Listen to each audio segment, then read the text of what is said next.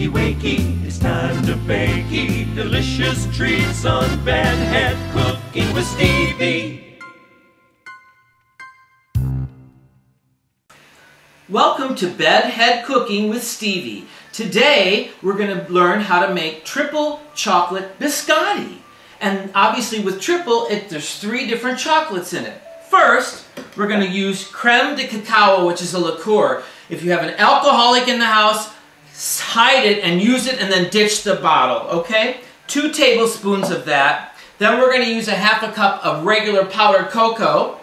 And then we're going to use another half a cup of some kind of chocolate chips, okay? You can put in whatever you want. So that's the triple chocolate. So hang on, let me get a little drink here. And let's get going. So you need a softened stick of butter. You don't want to microwave it and you don't want to melt it.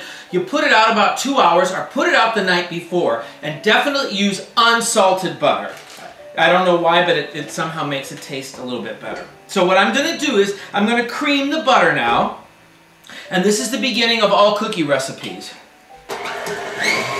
And then I'm going to add the 1 cup of granulated sugar.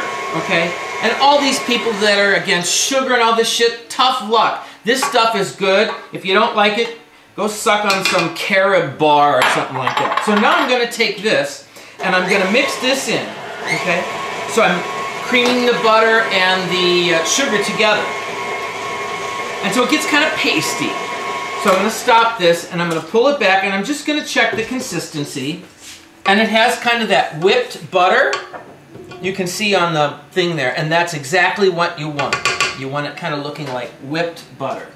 All right. So this is the beginning of the cooking roux, and the roux is generally eggs, sugar, and butter.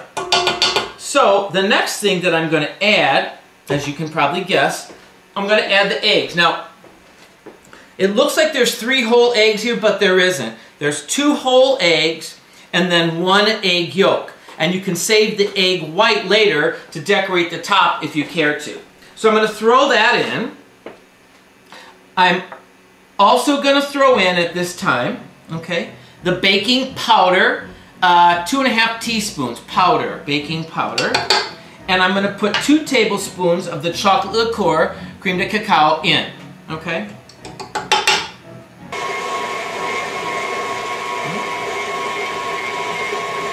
Okay, so now, got all of this together, and this becomes our roux. That's all the liquid ingredients, and now what we're going to do is we're going to put in the dry ingredients. So you dump in the flour, okay, and you just stir it around a little bit, and then you're going to add the cocoa, okay, a half a cup of cocoa. Now, please don't make the mistake that I have made in the past, and that is put this sucker on high because the shit will fly all over. Okay, so let me get my other hook. Now you need the dough hook, okay? So of course that's been cleaned, I think, and now we'll put this on. And so what you want to do is very slowly, you want to combine it. And it just works itself.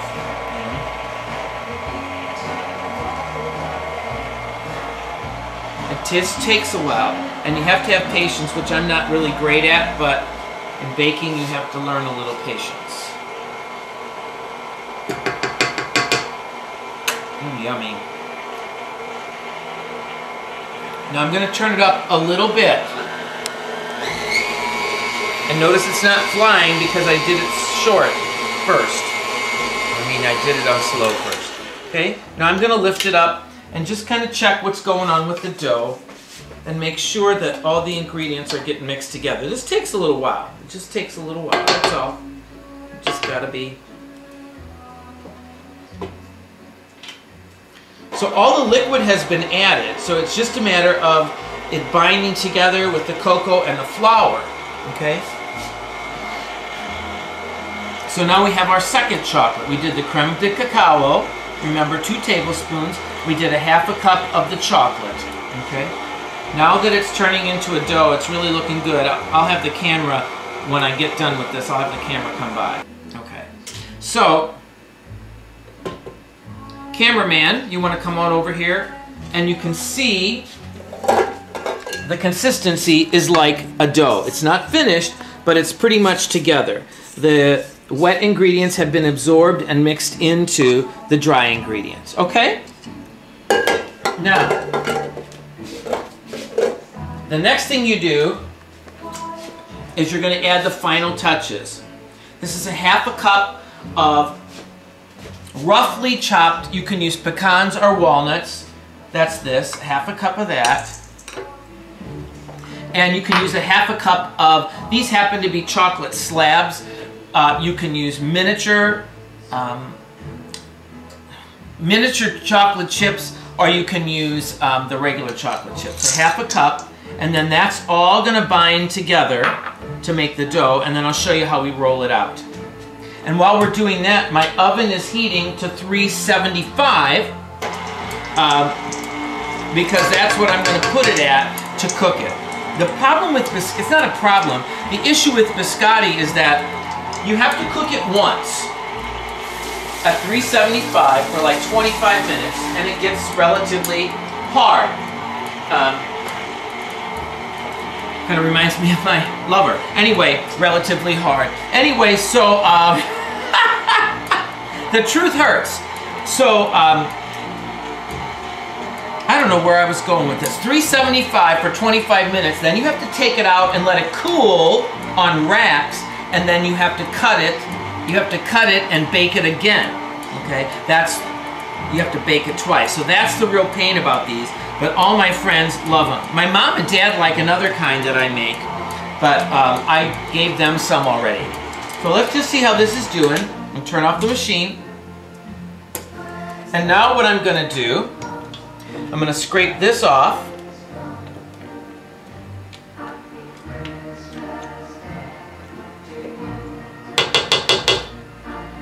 All right, I'm going to get that all off. Whatever I don't get off, I just lick off and eat, because that's good. Okay. Tasty, tasty. So what I'm going to do is I'm going to come over here to my cutting board, which you can see I've already put some flour on it. And now what I'm going to do is I'm going to take this mess here and put it into a ball, and then try to roll it into 2 separate loaves. You'll see that. Okay, so I'm going to take this loaf of dough. You can certainly see the pieces of nuts in there, and the chocolate chips have been blended in. And you can see that it's kind of sticky. Not too bad, though. And what I'm going to do is I'm going to make it into a ball here. Best I can. And then I'm going to roll it in a little flour, just to help it out. Get some coating on there, which makes it easier to deal with. Okay? So I'll put a little bit more on for when I roll it out. Now what I do is I cut this in half. Cut it in half. Not too difficult. Alright, then I'm going to take this half, and what I'm going to do is I'm going to roll it out and stretch it into kind of a log. So what I'm going to do is I'm going to take this and I'm going to roll this, okay? And I'm going to roll it. You work from the inside and go to the outside. This can be funky sometimes. You just have to work with it. Keep trying. I think I don't know how big that is, but that's probably long enough. I don't know what that is. Is that a foot maybe? Could be a little bit less. Somewhere 10 to 12 inches. And then watch what I'm going to do. I'm going to take this and then I am going to press it down so that it has this kind of a shape. Now, the ones you buy in the store are all beautiful and all even. I think the charm of the home baking is that they're not all the same. That's what I like about it. So, and I'm going to turn this over a little bit and work on this side a bit. Okay? And if you hang on a minute, I'm going to get a cookie sheet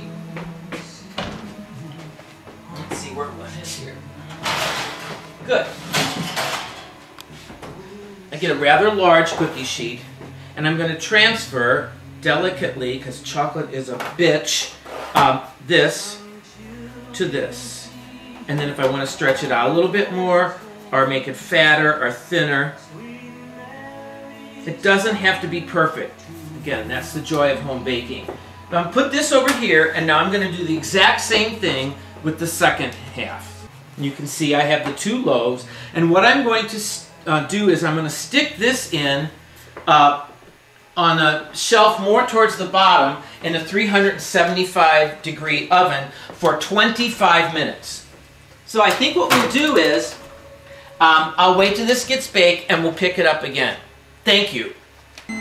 Okay, after 25 minutes, you take it out of the oven, the 375, of course my glasses fog up, and what you get is you get 2 logs that look like this. Kind of fun. Now what I'm going to show you is I'm going to transfer these to the wire rack to cool for an hour. So these tend to be hot and they tend to be funny to work with.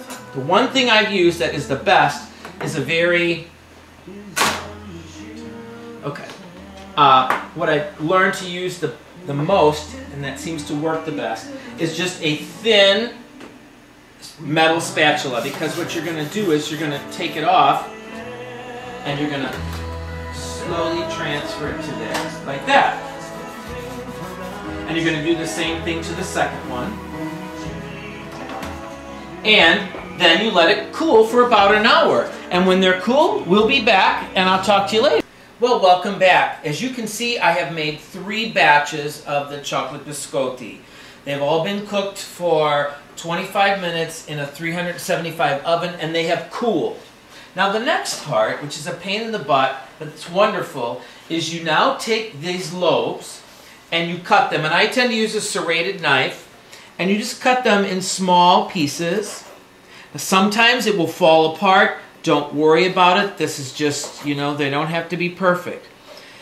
And then what I'm going to do is I'm going to take these and I'm going to put them on a cooking sheet again, and they're going to go back in the oven for 12 minutes on one side and 12 minutes on the other side. Okay? So watch, I'm just going to put these on there, and you just kind of stack them up like this,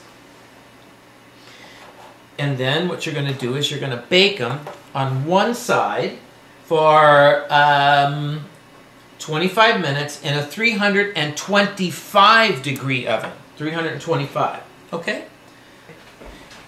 So I'm going to put this in the oven at 325 degrees, and I'm going to bake it for about 10 to 12 minutes. Okay? And then what I'll do is I'll pull them out, and then you turn them over and put them in again. Okay, you can see we just finished cooking 12 minutes on one side. Now I'm going to take these out, and I'm going to turn them on the other side, and then we're going to bake them for 12 minutes again. If you're like my mom and dad, they like theirs really, really hard. Me too. You bake them for 15 or 16 minutes on a side. So all you do is flip them over like this, and you bake them, and then you're finished. I can tell you something though. Remember in the beginning, I talked about you used 2 whole eggs and 1 egg yolk. If you save the egg white and you use it, you can take that egg white, mix it with some granulated sugar, and then you can pour it on top, or use a brush to put the egg white on, and then put some sugar on the top. I prefer to leave them blank, not blank, but just plain. And the other thing you can do, of course, is you can dip these when they're completely cooled and have sat for a while. You can actually put these you can dip them in white chocolate or chocolate and make it kind of fancy. But again, I like the plain and simple. Okay, so here we go. Another 12 minutes, and I'll see you later. Well, here we go. They should be ready now. Oh, there's the oven. So I'm going to pull these out, and they are completely finished now. So all you have to do is put them on the on the cooling racks, thank you, And I'm telling you, my mind is gone.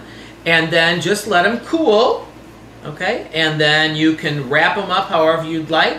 Give them to people. Keep them for yourselves. They're great to dip in milk or hot coffee or hot tea. Thanks a lot. See you next time on Bedhead Cooking and Baking with Stevie.